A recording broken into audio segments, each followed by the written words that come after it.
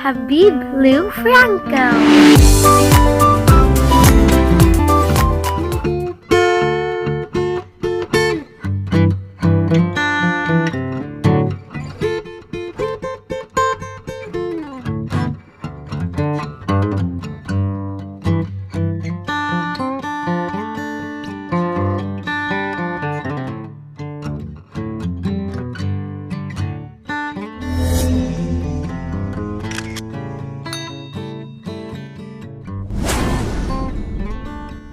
Good day mga Habibi at Habibte! Welcome sa Team Habib! Alam niyo po ba na ang sayote na masarap panghalo sa tinolang manok ay kayang-kayang itanim sa bakuran natin mismo? Kung paano, abangan ang bawat segundo ng video na to. Okay, soil preparation. Kailangan natin gumawa ng isang hukay na pabilog. Ang sukat na ginawa natin is 2 feet dahil 4 na pirasong binhi ng sayote ang ating ilalagay dito. Bakit 4? Para sigurado tayo na sa 4 na yun may mabubuhay na binhi. Pangalawa, during linisan, mas madali siyang linisan, mas madaling lagyan ng abono later on, and hindi tayo mahirapan sa kanyang labor and maintenance. Pagkatapos, babasahin natin yung lupa ng konti para madali siyang i-mix bago natin ihalo yung ating organic na fertilizer. Yung gamit natin na organic fertilizer is yung vermicast na galing mismo sa bulate, yung kanyang dumi. Ang tawag sa bulate na ginamit natin is yung tinatawag na African Nightcrawler. Napakataba ng halaman pagka nilagyan natin ng vermicast na galing sa kanila. Nasubukan namin maglagay ng vermicast dun sa tanim naming kamatis at nagulat kami dahil nung bumunga siya, nagmi-minimum siya ng 60 pirasong bunga kada puno at nung bumigat, nagkabali-bali yung kanyang mga sanga. Di namin sure kung normal lang ba yun o talagang epekto nung nilagay naming vermicast na galing sa bulate na African Nightcrawler. Kaya ito na naman ulit ang ilalagay natin sa ating tanim na sayote. Sana ganun din yung kanyang mga bunga. Okay, ito yung binhi natin ng sayote na itatanim natin dun sa prepare natin na lupa. Okay, mapapansin nyo rito, kamukhang-kamukha lang siya dun sa nilalagay natin sa luto nating tinola. Kaya lang, mapapansin nyo, meron siyang tumubong mga ugat dun sa kanyang puno. So, ang tawag ito is yung magugulang na lupa. Lupa. Sayote. Kung bibili tayo ng pangtanim dun sa palengke, medyo hahanapin lang natin yung magugulang and itatabi natin, patutubuin natin yung ugat bago natin siya itanim. Huwag nating ilagay agad sa lupa yung mabibili natin doon, baka mamaya masyado siyang mura o batang-bata pa, hindi talaga siya mag-uugat at masasayang na yung effort natin. Okay? So, ganun ang pagpili ng bunga na itatanim natin. Okay. Ilalagay na natin sa prepare nating lupa yung ating sayote. Yan, magkakatapat-tapat lang siya para ang pagsibol niya is isang tumpok lang sila. Okay? So after that, tatabunan natin siya and hindi na kailangan diligan dahil by nature talagang tumutubo siya kahit hindi siya madidiligan. Pero kung nasa bahay nyo lang, nasa bakuran nyo lang, mas maganda kung madidiligan nyo.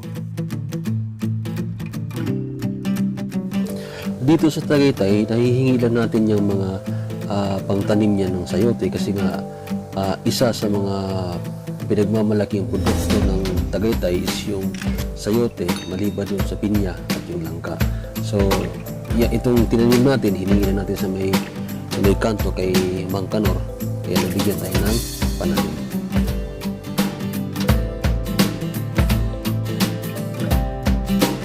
Kailangan natin lagyan ng takip yung kanyang mga bunga dahil yung mga manok kadalasan dito sila kumakahig-kahig kasi sira yung binhi natin. So kailangan natin takpan yun para wag siyang masira.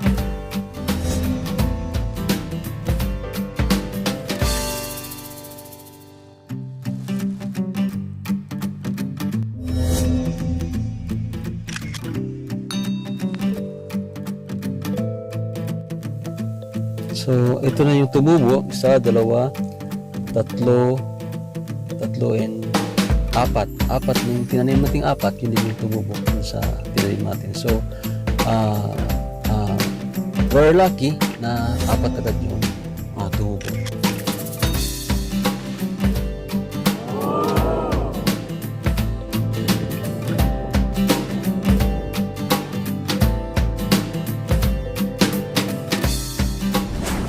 Okay, habang lumalaki siya, kailangan na rin natin mag-prepare yung tinatawag nilang balag o yung pagkakapitan ng ating halaman, yung sayote natin, para din siya mamunga.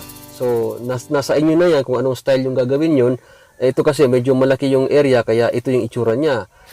Alambring malalaki sa bawat corners niya, paikot, din sa gitna, nagka-cross, bago lagyan ng medyo manipis-nipis na alambre na nasampayan para mas matibay siya. Then pagka in time, pagka bumunga na siya, talagang napakabigat niya, kailangan niya ng mas patibay na pundasyon. Pag sa bahay naman, pwede kang gumamit ng alambre doon sa bakod mo para doon siya kakapit at doon siya mamumunga.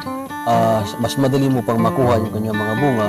And of course, malamig sa mata dahil green. At alam mo sa sarili mo na gumamit ka lang ng organic fertilizer doon sa halaman mo, hindi ka pa gumamit ng pesticides, kaya yung bunga nyon, mas malusog ang kadadatnan doon sa pamilya mo.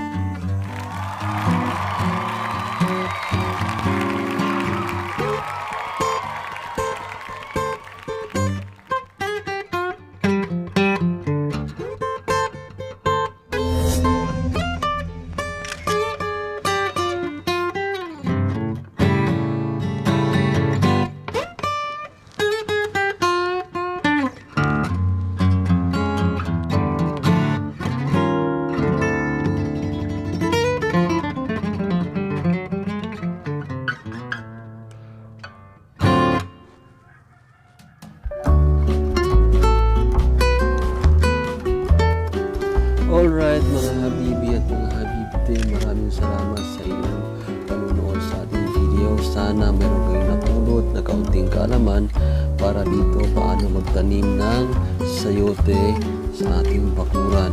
Kung meron kayong mga katanungan, please leave your comments down below para masagot natin. Disclaimer lang po, hindi po ako expert dito, pero based on experience at sa pagre-research din natin dito sa Tagaytay, sa mga kapitbahay natin, so may nakuha tayong mga magandang informasyon na na-share din natin sa inyo.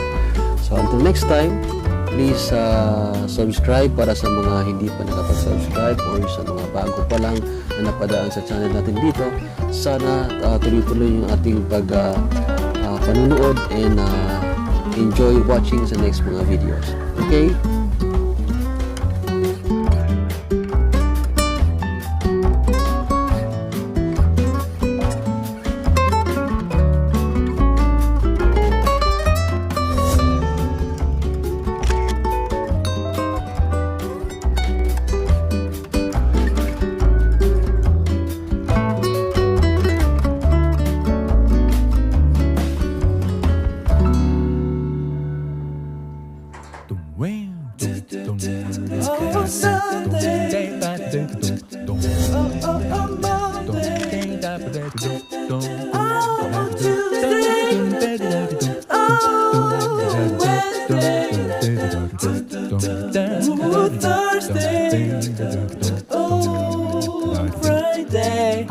Saturday.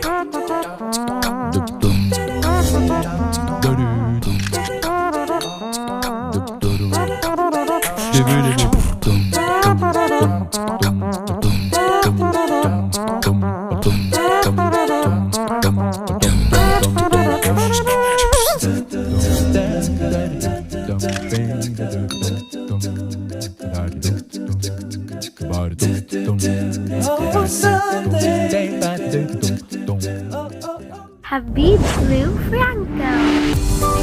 Thanks for watching. If you like this video, please leave a comment down below. Hit the like and share button. And if you are new here, please subscribe. Habib Lou Franco. Hey, wait a sec. Don't forget to click the bell icon for notification of my latest videos. Keep on watching. See you. Habib Lou Franco. Habib Lou Franco. Habib Lou Franco.